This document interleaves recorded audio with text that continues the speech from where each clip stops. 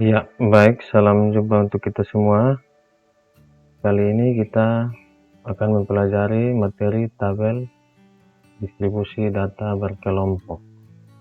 Jadi ini sudah ada datanya, hasil tugas matematika dari 40 siswa. 1, 2, 3, 4, 5, 2, 3, 4, 5, 6, 7, 8 ya. 80. Langkah yang pertama adalah mengurutkan data. Diurutkan dari yang terkecil sampai terbesar. Ini sudah diurutkan, jadi pengurutannya bisa lewat Microsoft Excel, bisa juga manual. Nanti Microsoft Excel-nya bagaimana saya akan tunjukkan. Ini sudah diurutkan, jadi yang paling minimum adalah 65, maksimum adalah 81. Langkah yang kedua adalah menghitung jarak atau rentangan. Kata lainnya adalah jangkauan, yaitu X max kurang X min, data tertinggi kurang data terendah atau terkecil. 81 kurang 65, 81 kurang 65 adalah 16. Sudah dapat rentangnya. Berikutnya adalah menghitung jumlah kelas, dan nanti dibagi dalam bentuk kelas. Nah, itu rumusnya, ini rumus baku aturan Taurges. K sama dengan 1 tambah 3,3 log N. N ini jumlah data 40.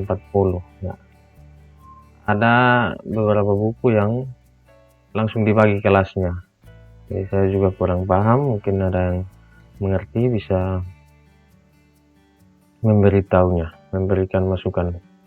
Jadi menurut yang saya dapat dari sekolah adalah, dari zaman saya sekolah adalah 1 tambah 3,3 log N, logaritma basis 10.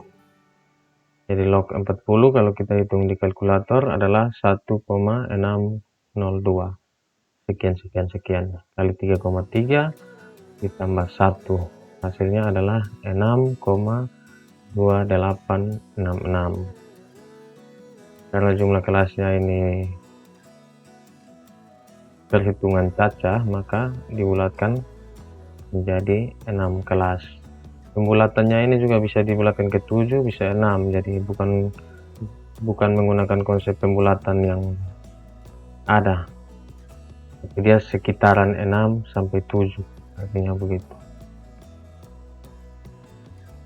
Yang berikut adalah menghitung panjang kelas atau interval, biasanya lebar kelas, dikatakan lebar kelas juga sama. Panjang kelas adalah R bagi K, rentang atau jangkauan bagi dengan jumlah kelas. 16 bagi 6,2866 diperoleh 2,545, maka dibulatkan menjadi 3, jadi panjang kelasnya adalah 3. Sudah dapat ini, kita masuk ke batas panjang interval kelas. Data terkecilnya, kita bisa lihat data terkecil tambah P kurang 1.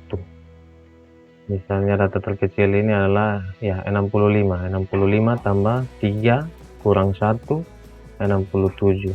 Jadi nanti kelas interval kelasnya dari 65 67 kelas pertama, 68 70 kelas 2, 71 73 kelas ketiga, kelas keempat 74 sampai 76 dan seterusnya sampai 82.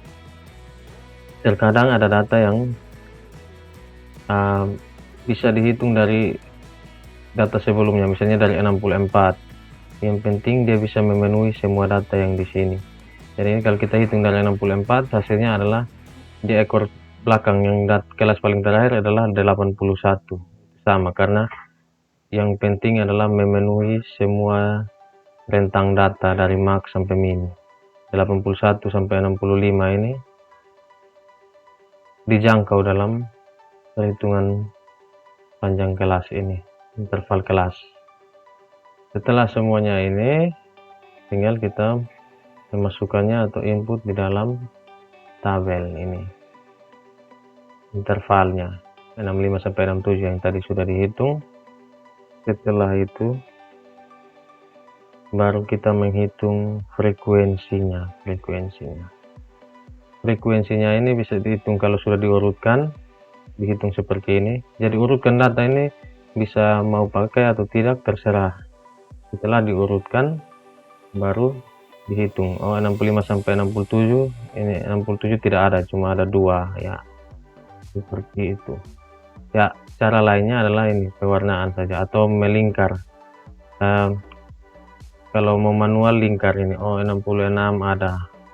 Setelah itu 65 sudah 2, tanda pakai silang atau bulat, silang duluan misalnya. Dapat 2, isi 2. 68 sampai 70 mau lihat dari yang sudah diurutkan juga boleh, kalau tidak pakai data yang awal tinggal lihat satu-satu, yang penting tidak keliru. 68 sampai 70 ini kasih warna yang berbeda. Bisa juga karena tadi ini sudah silang, maka ini pakai kotak atau bulat ya, supaya tandanya sudah selesai dihitung. Nanti akan diperoleh 6 dan seterusnya dengan cara yang sama, dapatnya 12, 13, 43. Nanti tinggal diperiksa saja. Setelah itu baru kita masuk dalam pengolahan data dan juga distribusi data menuju ke penyajian dalam bentuk diagram untuk data berkelompok seperti yang telah saya janjikan pada materi sebelumnya. Dan kita lihat selanjutnya. Yang berikut adalah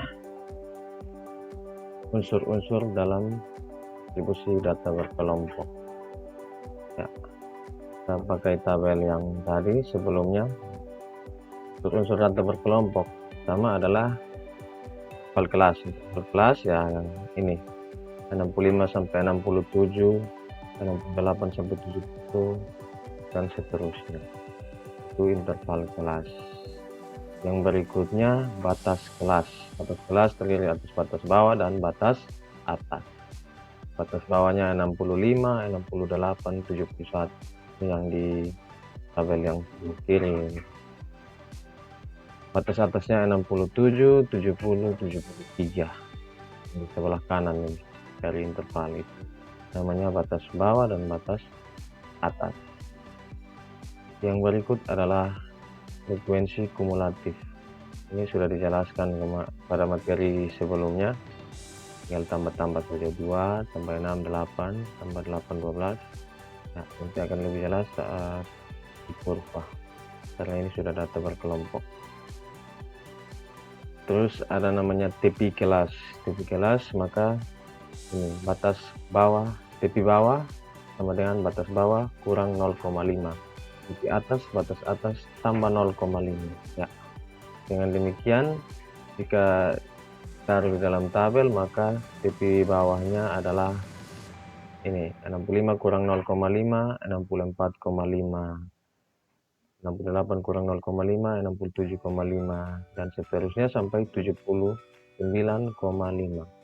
TP atasnya tinggal ditambah jadi 67 tambah 67,5 tambah 0,5, 60,5, 10 menjadi 70,5 dan seterusnya sampai 82,5. Ya, lihat TP atas pada kelas pertama sama dengan TP bawah pada kelas kedua dan seterusnya. Dengan demikian datanya jadinya kontinu. Jadi kalau ada yang data yang nilainya koma ya masuk, ya semuanya masuk kontinu. Ini yang nanti digunakan untuk histogram dan poligon dengan OG ya, yang telah saya jelaskan. Yang berikut adalah lebar kelas atau panjang kelas, dari sama itu. Jadi kita tidak bisa langsung kurang interval 67 kurang 65 itu tidak dapat lebar kelas atau panjang kelas, tapi kita kurangnya dari TP atas kurang TP bawah. Kelihatannya sederhana, tapi biasanya ada yang keliru dalam menentukan panjang kelas saat mengerjakan soal. Jadi kalau mau kurang dari interval berarti harus tambah satu lagi. Konsepnya ini 65 sampai 67 itu ada 3 angka, yaitu 65, 66 dan 67. Begitu seterusnya.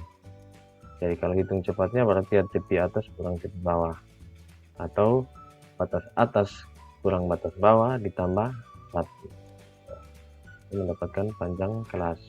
Panjang kelas untuk data ini adalah 3. Banyaknya kelas yang 6 yang tadi itu. Yang berikut adalah titik tengah atau XI yang pernah saya jelaskan juga.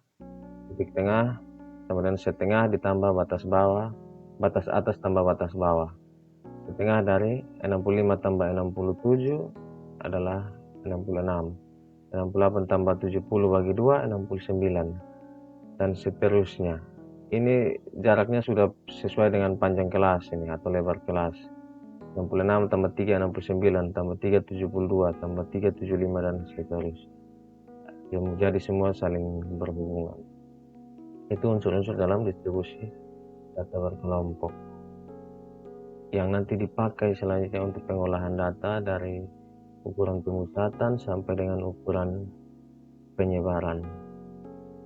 Kita lanjut pada diagram GIF saja. Kita sama-sama lihat. Ya, ini hasil untuk OGIF. OGIF positif dan OGIF negatif. Ini yang pernah saya jelaskan pada materi sebelumnya. Jadi data berkelompok lebih kelihatan untuk OGIF nih. OGIF positif yang ini yang ada 2 warna ini dari 64,5, 67,5, 68,5. Dan saya memberikan contoh cara bacanya atau menerjemahkannya. Misalnya 64,5 ya, tidak ada siswa yang nilainya di bawah 64,5. Sementara siswa yang nilainya di bawah 70,5 ada 8 orang, yaitu yang nilainya 65 sampai 70. 65 ada 8 orang. 5 sampai 67 2 orang, 68 sampai 70 6 orang. Jadinya 8 orang gitu. Jadi itu manfaat dari frekuensi kumulatif. Atau misalnya ini 20 yang kita lihat OGIF negatifnya. Ya, negatif dan positif ternyata bersama bertemu 20. Kebetulan juga 20 adalah nilai siswa yang memiliki nilai di atas 73,5 ya, yaitu 20 orang, yaitu yang nilainya 73,5.